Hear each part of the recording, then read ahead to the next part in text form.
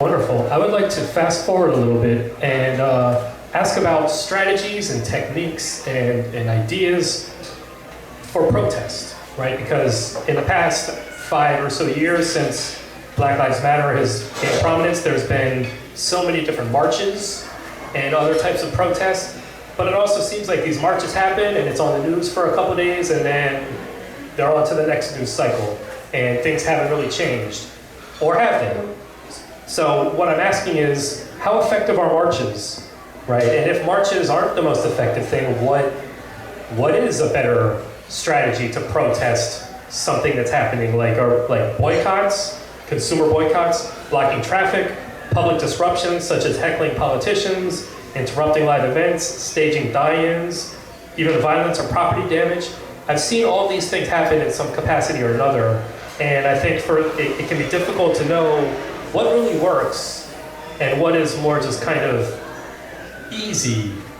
Because we can all go on a march and then go home and go back to what we were doing.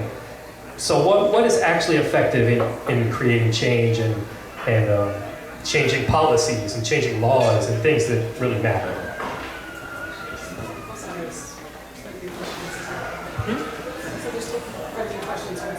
Okay, let me go grab that. Yeah, I think, so at our school, we focus less on the strategy, but more on teaching young people a process for problem solving.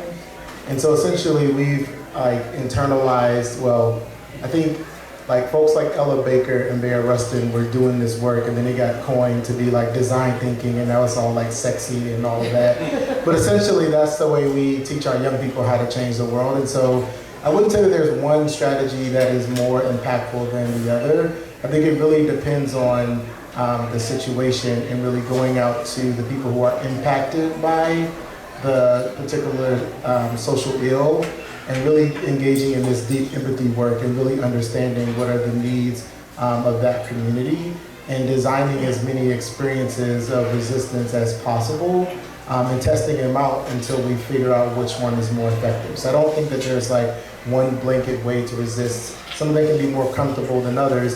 I think it really depends on the situation and the people that are impacted and the direction that those people want to go in their ultimate goals. Yeah, I don't have a ton. I agree with everything Byron said. Diversity of tactics. I think organizing is extremely important. I'll just say that I think Ferguson was a real important moment in this country, and we're gonna look back on that, and Black Lives Matter's connected to that as well.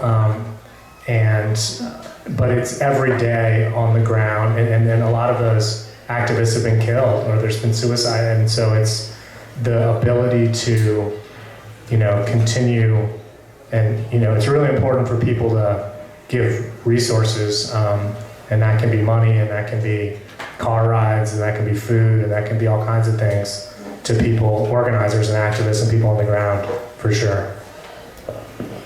Yeah, I co-sign. Someone who comes from a background in politics but rarely marches these days, I think it's really about the ways in which white folks can take more risk, frankly. Whether that means you're giving your inheritance or redistributing your inheritance, whether you are putting your body on the line, whether you are risking or potentially deepening relationships in your life with all the people I can't reach as we come up to the holidays. So I really think it's about risk-taking and really just doing the things.